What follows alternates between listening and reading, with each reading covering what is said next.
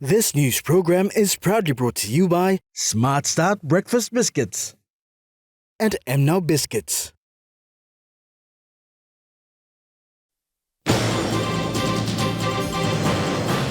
SMEs urged to fight for copyrights. Porgera Gold Mine to resume operations. And PNG Health sector has around 14,000 vacancies.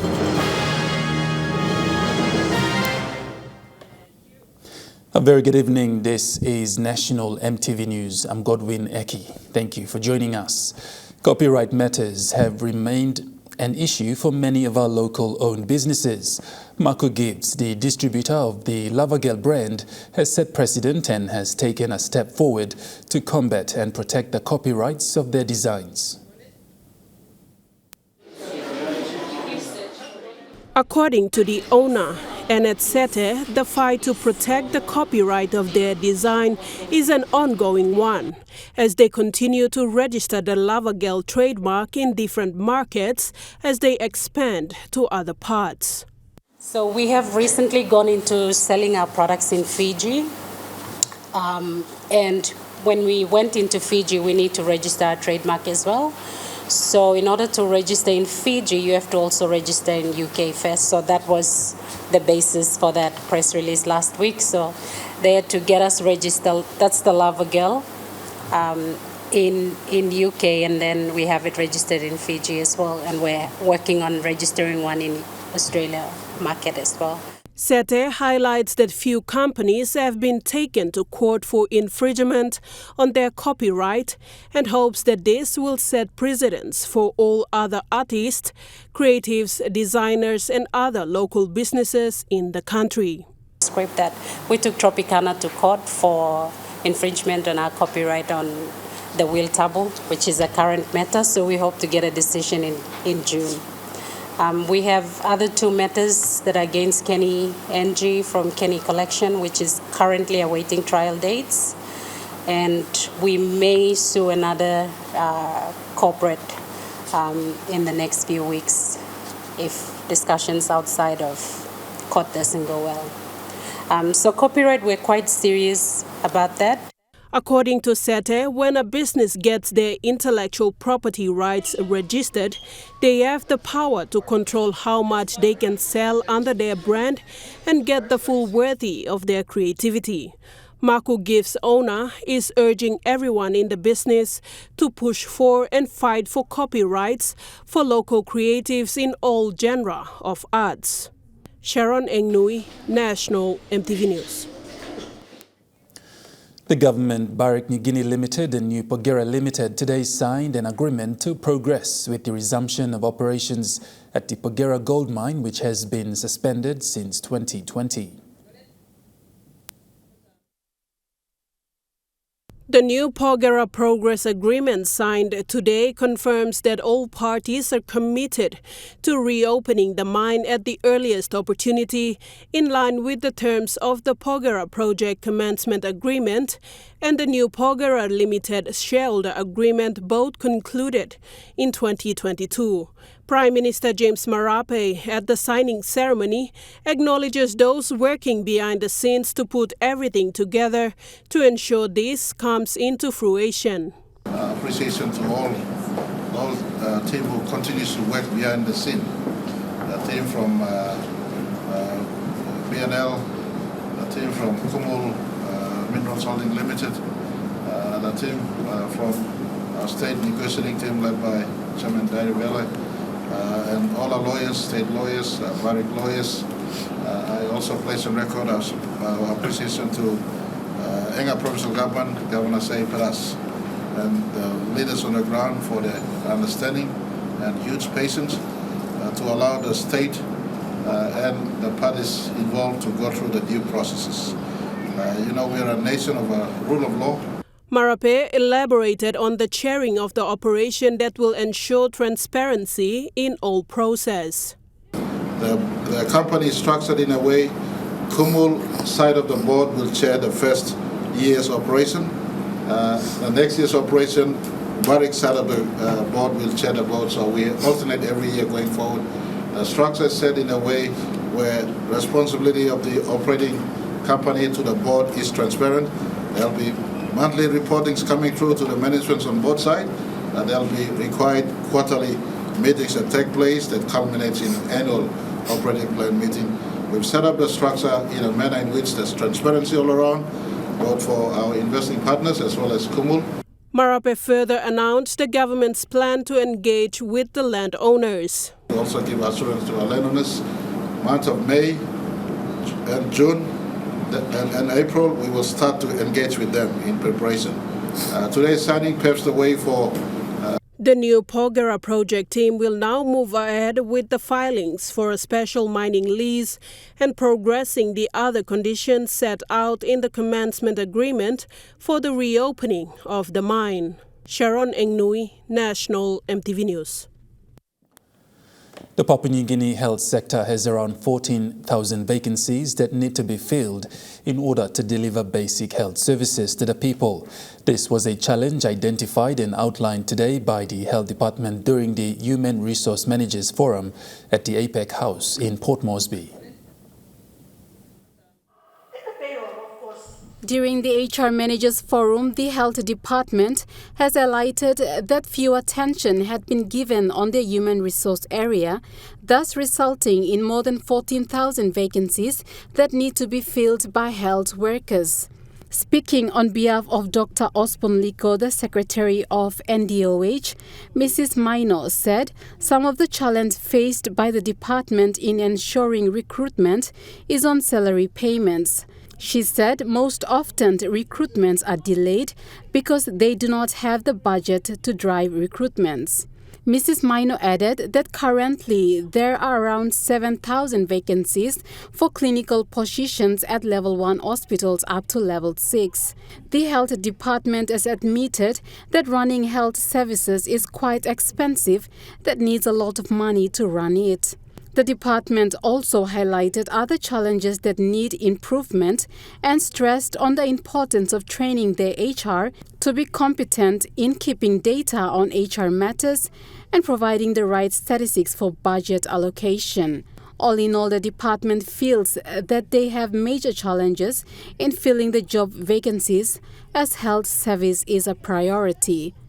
Cynthia Maku, National EMTV News. Good coordination needs to be maintained for effective health delivery services in Western Province. This has been lacking within the province, and the Western Provincial Health Authority is looking forward to establishing good management system with all health facilities in the province. According to Supply and Chain Coordinator Gabriel Tambuyi from the Badili Area Medical Store in Port Moresby, good coordination and reporting system has not been implemented in the province before. This has been affecting the clinical services, and the Western PHA is committed to addressing this issue. He explained to the people of Western Province that their work is not always easy. Ordering schedules, periods in which the health facilities were not aware of. So before we came on board as the provincial health authority, we never had any form of system or mechanism to track the orders coming in from the health facilities. Within the next 3 to 5 years, when the system is fully established, when I say system, I'm referring to the medical supply chain, because we don't have an established system at the moment. So we have to look at how we're going to establish our system in terms of addressing the shortage of drugs within the province. Yeah. He says going forward, the Western PHA under its supply chain strategic plan will establish buffer shops within the district so as to store medical supplies for health facilities to have easy access to medical supplies. We do not have district warehouse. We only have the provincial warehouse in Daru at the moment. The health centers at the district level will have to source their drugs when they really need it at the district level, while they are waiting for their main order to be processed from the area medical store in Badili, Port Moresby. Yep. So we're looking at setting up one in Balimo and one in Kiunga. Yep. Authorities from the Western PSA are appealing to local landowners in Balimo and Kionga to free up some of their land spaces so that buffer shops can be built to store medical supplies. Jim John, National EMTV News. National EMTV News continues after the break. Stay with us.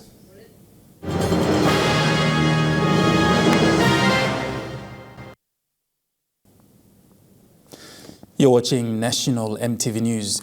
We have started community policing and we will continue to support the program onwards, and members of the community must know their police officers and zone commanders and vice versa for an effective community policing concept in the nation's capital. These were the words of NCD Metropolitan Superintendent Silva Sika today during an official police parade.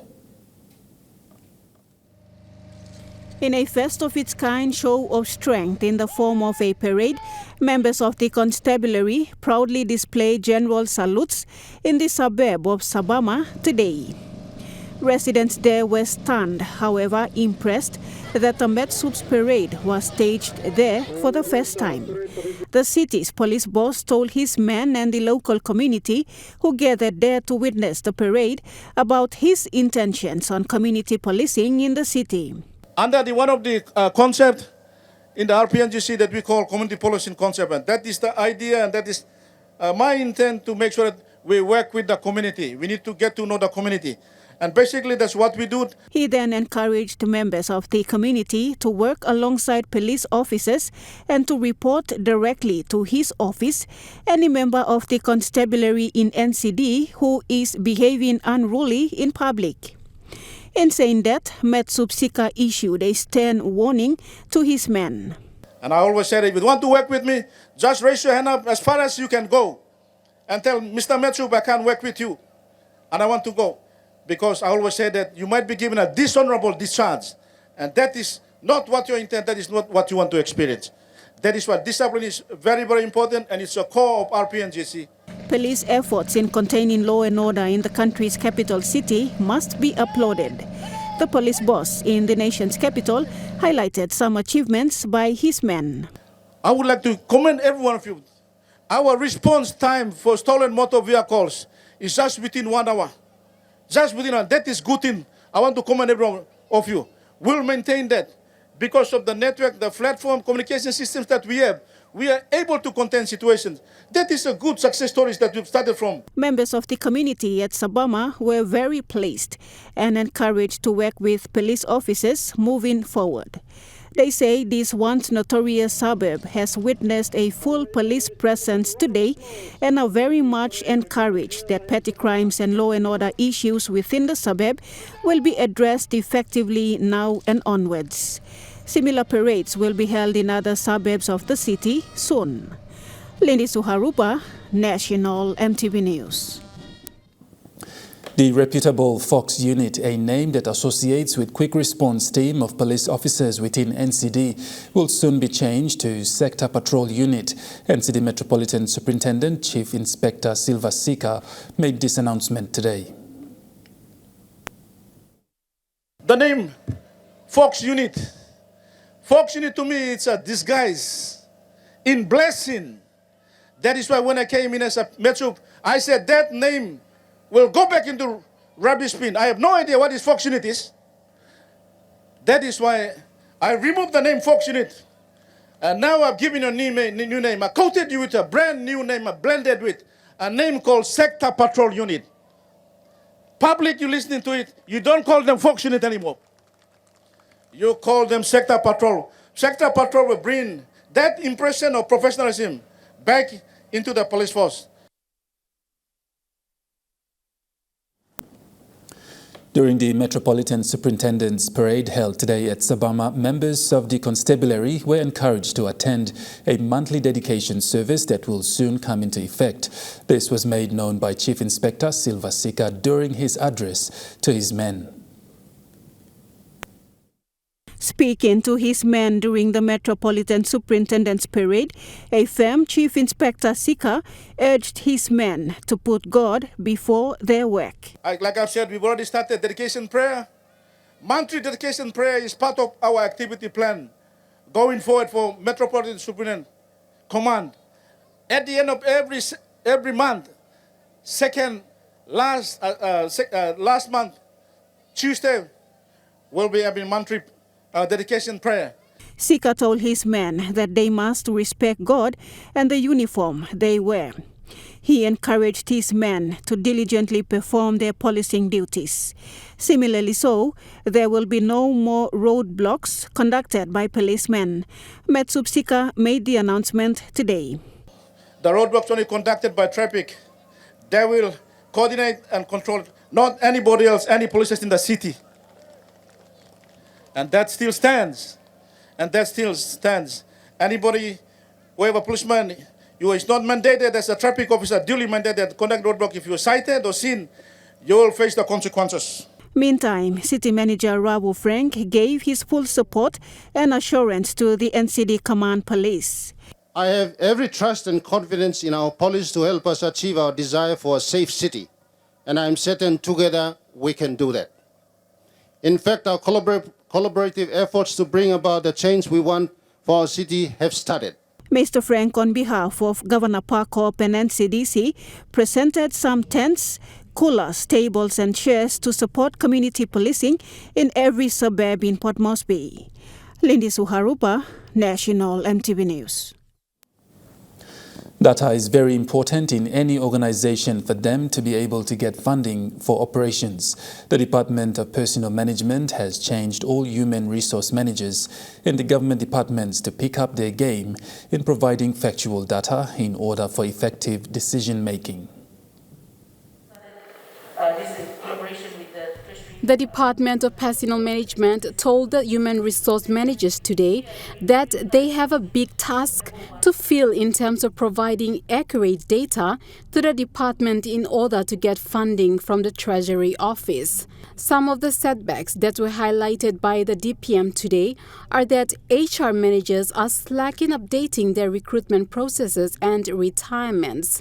DPM outlined that as a result of this, departments are not getting the right amount of money for salary payments and retirement benefits.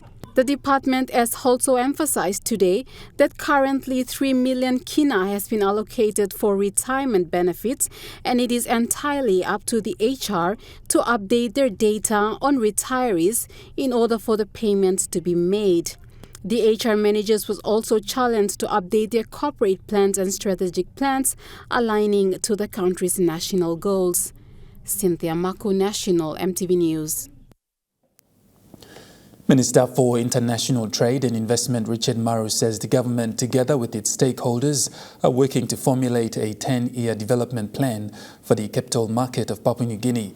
Minister Maru says the aim is to bring PNG to meet international standards and to have a world-class capital market. Minister Maru says with the government's plan to work on a 10-year development plan to formulate a plan for the capital market with the aim to bring PNG to a stage where it is also internationally respected when it comes to capital market is something the government aims to achieve, where there will be a proper market structure and regulatory and governance structure that meets the highest world standards. Minister Maru added that PNG should focus on investors that are already in the country to invest in PNG rather than finding investors outside of the country who are not familiar with the system. And make it known that we are going to have a 10-year development plan, and in this plan we want to make sure that all companies operating in PNG, especially foreign companies who are listed in other stock exchanges, must list here. Or even if they want to raise capital, they can come and list here and we can raise capital here by getting our people to buy shares. Maru highlighted that the department is looking to host a one-day PNG Capital Market Summit in Port Moresby, where it will give opportunity for the country to have world experts, including development partners, ADB, and International Finance Corporation and the Financial Market Authority of New Zealand. Maru added that PNG wants to see its capital market grow exponentially to the point where all foreign listed companies who buy into or operate and profit from PNG to have secondary listings in the PNG National Stock Exchange. I also want to encourage potential Papua New Guinea large-scale investors who would like to raise money in the capital market. But our stock exchange already has stocks like Santos, meaning they are respected. We are respected. All we are doing is improving the governance. What we want to do is encourage more and more Papua New Guinea companies to start thinking of listing publicly so they can invest. For example, some companies want to grow and expand their operations, but they need money to do that. Rather than going to borrow in the banks, why can't they come to the stock exchange, list so that they can market the sale of new shares? So rather than borrowing, they get free money from investors who invest in buying the shares. That's an easy way to grow their companies and invest more and more in Papua New Guinea so we can see more jobs, more employment, more benefits. Maru said this includes companies like Telstra from Australia, who recently bought Digicel. Maru added that the government is now looking at a law or policy where all such investors cannot buy or operate in Papua New Guinea without first listing in the local stock exchange. And looking at the Nest Fund market report, the Kina closed unchanged at $0.2840 US dollars in the interbank market. At Bank South Pacific, Kina was buying $0.2765 US dollars, $0.4091 Australian dollars, $0.2460 euro, 36.24 Japanese yen. Looking at commodity prices at New York closed, gold is trading higher, coffee closed higher, cocoa closed higher, copra closed higher, palm oil closed lower, crude oil is trading lower, and copper closed higher. On the stock market, the Dow Jones closed higher, the ASX 200 is trading higher, and the All Ordinaries is trading higher. National EMTV News continues after the break. Stay with us.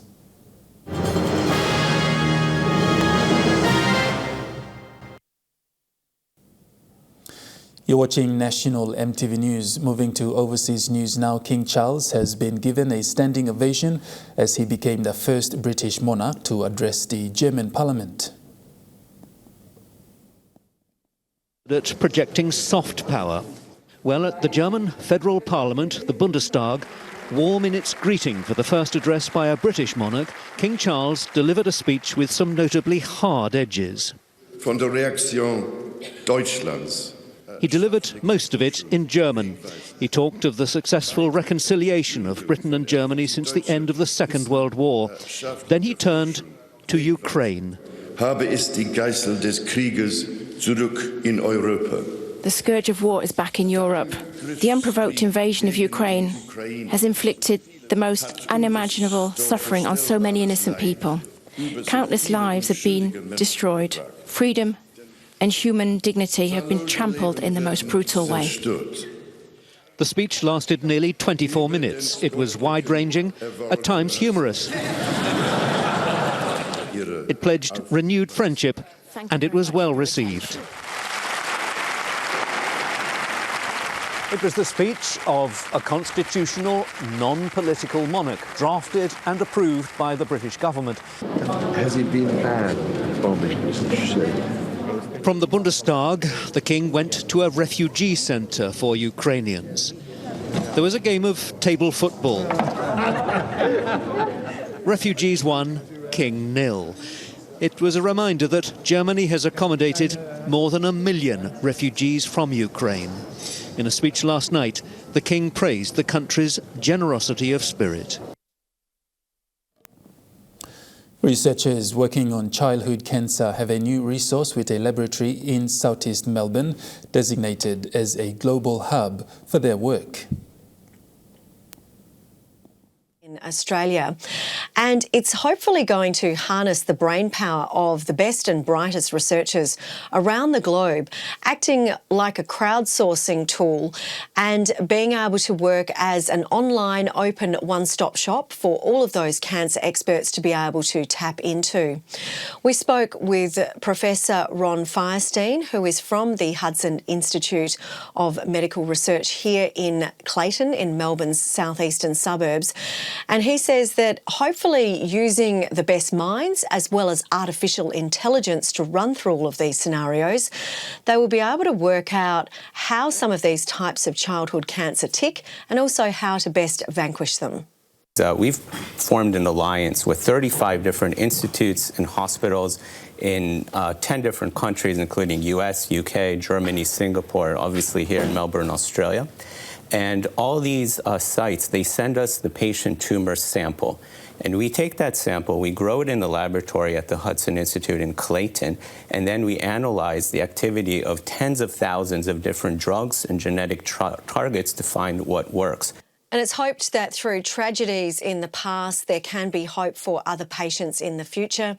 We also spoke with Rebecca Goldstein. She lost her son, Gideon, when he was just 8 years old to a rare form of brain cancer. And she says that her son was quirky with a great sense of humour before he succumbed to this horrible disease.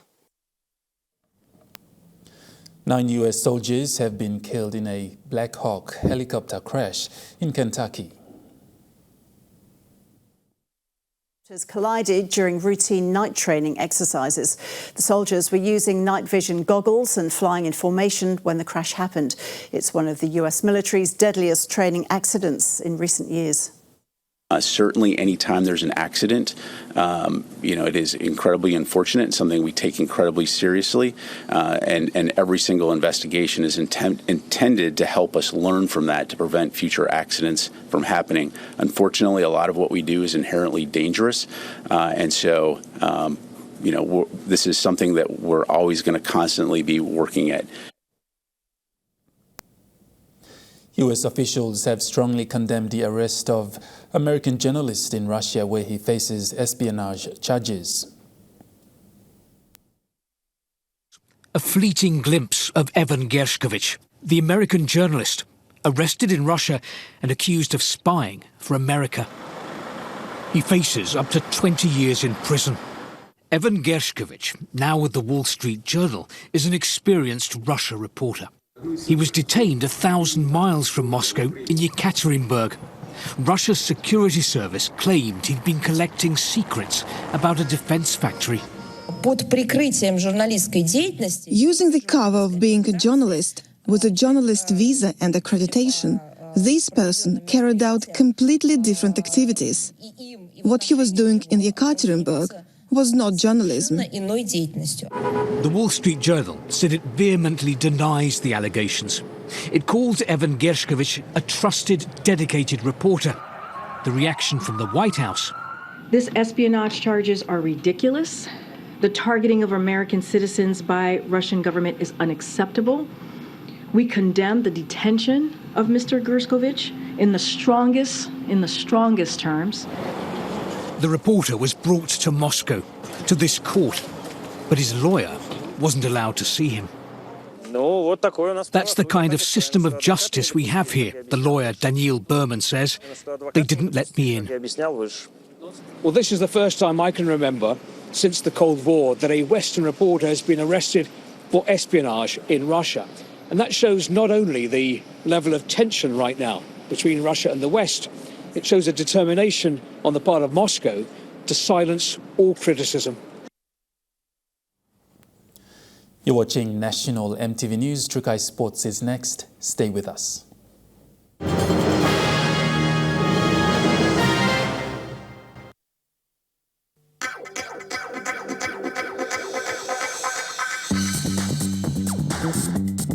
Trukai Sports.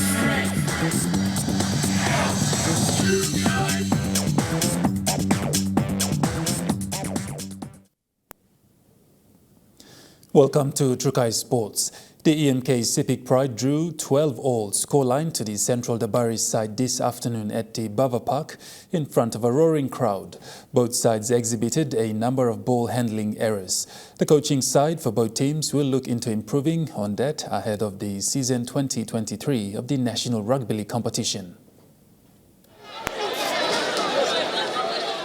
The EMK Civic Pride have displayed an exceptional performance against a young CPG-sponsored Dabari side this afternoon in their first away-friendly trial, where they drew 12-all. The game was competed in 4 quarters, where in the first quarter, both sides took the break scoreless. The second half saw the Dabaris edge pulling through 12 points, which saw the pride of the Greater Sepik trailing scoreless. Notable highlights of the trial saw two former SPPNG Hunters players from the EMK side displaying great leadership and skills despite countless number of ball handling errors witnessed from both teams. EMK Sepik Pride CEO Arnold Krewanti shared his view on the trial competed this afternoon and highlighted on the areas of improvement that the EMK side will work on. We've only got about 3 weeks before the season kicks off, so this will be basically our last. Well, it's also a away game as well, so we want to make sure that our boys are prepared. Not only the players, but also the team management as well. So this the last trial is basically important for us as well, because our first game of the season is actually the first away game. The first game is also an away game for us. Well, just by looking at the game itself, it looks like there's a lot of drop balls, so the coaching team will maybe need to look at that. Plus, not only that, communication is another thing. CPG Central Dabaris head coach Stephen Gunua, on the other hand, highlighted that he was impressed by the performance of his young talents who took on a very experienced EMK side this afternoon. Me testing out my new young boys, and the young boys put in the most competitive side, like Sepik Pride with most experienced side now. I got plenty of experience, so what all boys they've done is it's a good exposure out there for them to prepare them for the real game. With the National Rugby League competition just few weeks away before kickoff, the coaching staffs for both sides now have a fair idea basing on the performances this afternoon as they look forward to announcing their final squad ahead of the season. Lisa Punichukai Sports. Port Moresby Basketball Association was presented a cheque of 20,000 kina from Credit Corporation last night at the Tauranga Aquatic and Indoor Centre.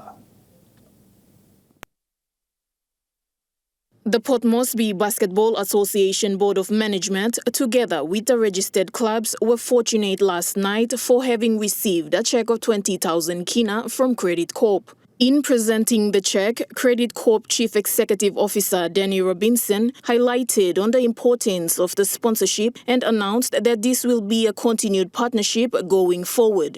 Tonight we want to make a donation of 20,000 kina to the Basketball Association, Port Moresby Basketball Association, in recognition of the efforts that they're making to improve the lives and the people that live in the local communities by playing basketball. Port Moresby Basketball Association Vice President Lawrence Lahari acknowledged Credit Corp on behalf of POMBA and gave a brief rundown of POMBA's 2023 season competition. On behalf of the Port Moresby Basketball Association, the officials, the referees, and all the players and everyone else, we thank you again for your continued support and look forward to the season 2023. Got 4 clubs that take part, Ultimax, Chariots, Saints and Exodus, and we are hoping for a 5th club to also join this week as well.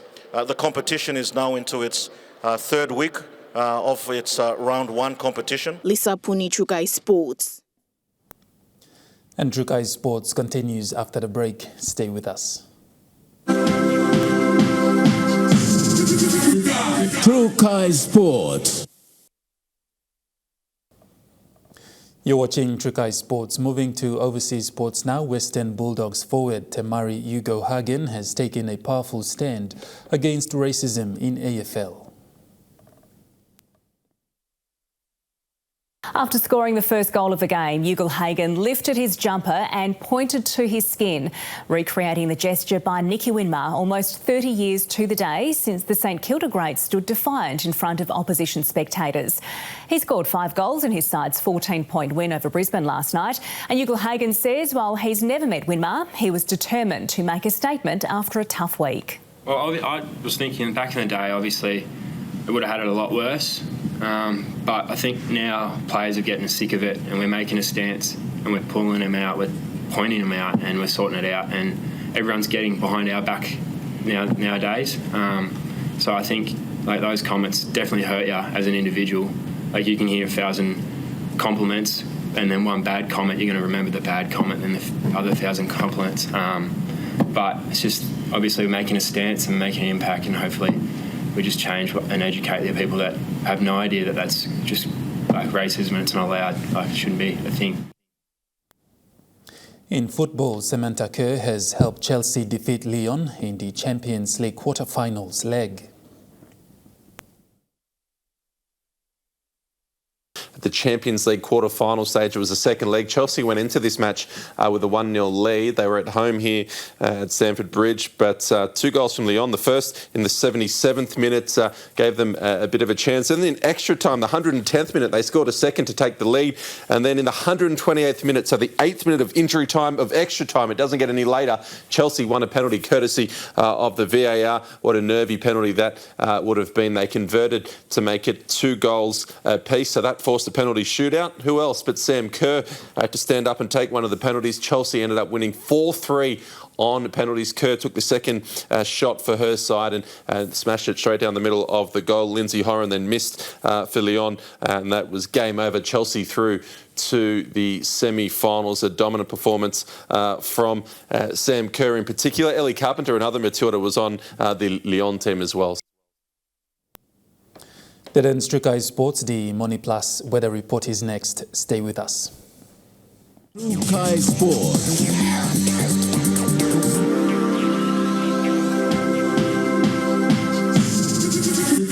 True Kai Sports. This weather update is proudly brought to you by Money Plus. With you always. Weather forecast for the next 24 hours. Southern region, Port Moresby, showers and possible thunderstorm, easing then cloudy periods. Daru, Kerema, Alatau and Popondetta, partly cloudy with few showers. In the Momase region, Ley, Medeng, Wewak and Vanimo, cloudy with some showers. In the New Guinea Islands region, Loringa, cloudy with frequent showers and possible thunderstorm. Kavieng, cloudy with periods of rain and thunderstorm. Kokopo and Rabaul, few showers, then partly cloudy. Kimbe, cloudy with periods of rain and thunderstorm. Buka, few showers, then partly cloudy. In the Highlands region, all centres, cloudy with thundery rain showers, then morning fog.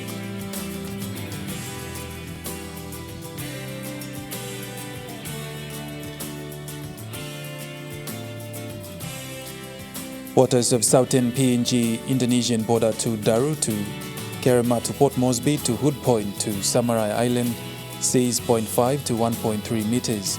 Waters of Samarai Island to eastern and western Milne Bay Islands to Cape Vogel, seas 0.5 to 1.3 meters. Waters of north of Cape Vogel to Yuen Gulf to Finschhafen, seas 0.5 to 1 meter. Waters of Finschhafen through Vitis Dampier Straits to Siasi and Long Island, seas 0.5 to 1 meter. Waters of Long Island to Medang to Wewak to Vanimo and northern PNG Indonesian border, seas 0.5 to 1 meter. Waters of Manus and its western group of islands, seas 0.5 to 1 meter.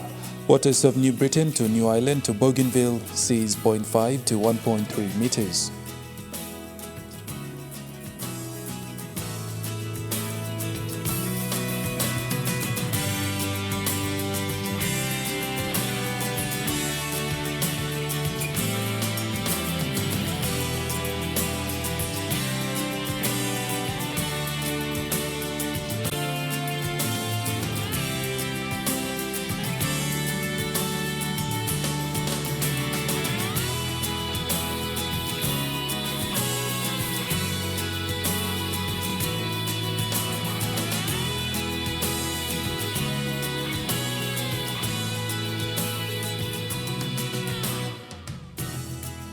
Ocean forecast, Coral Sea sees light to moderate southeast winds of 10 to 20 knots. Solomon Sea sees light southeast winds of 10 to 15 knots. Bismarck Sea sees light north to northwest winds of 10 to 15 knots. And Pacific Ocean sees light southeast winds of 10 to 15 knots.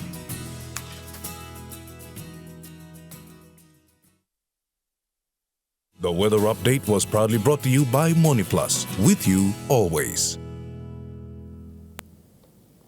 And that wraps up the news, sports and weather for Friday, the 31st of March 2023. From the entire news team, pleasant viewing, safe weekend. Bye for now.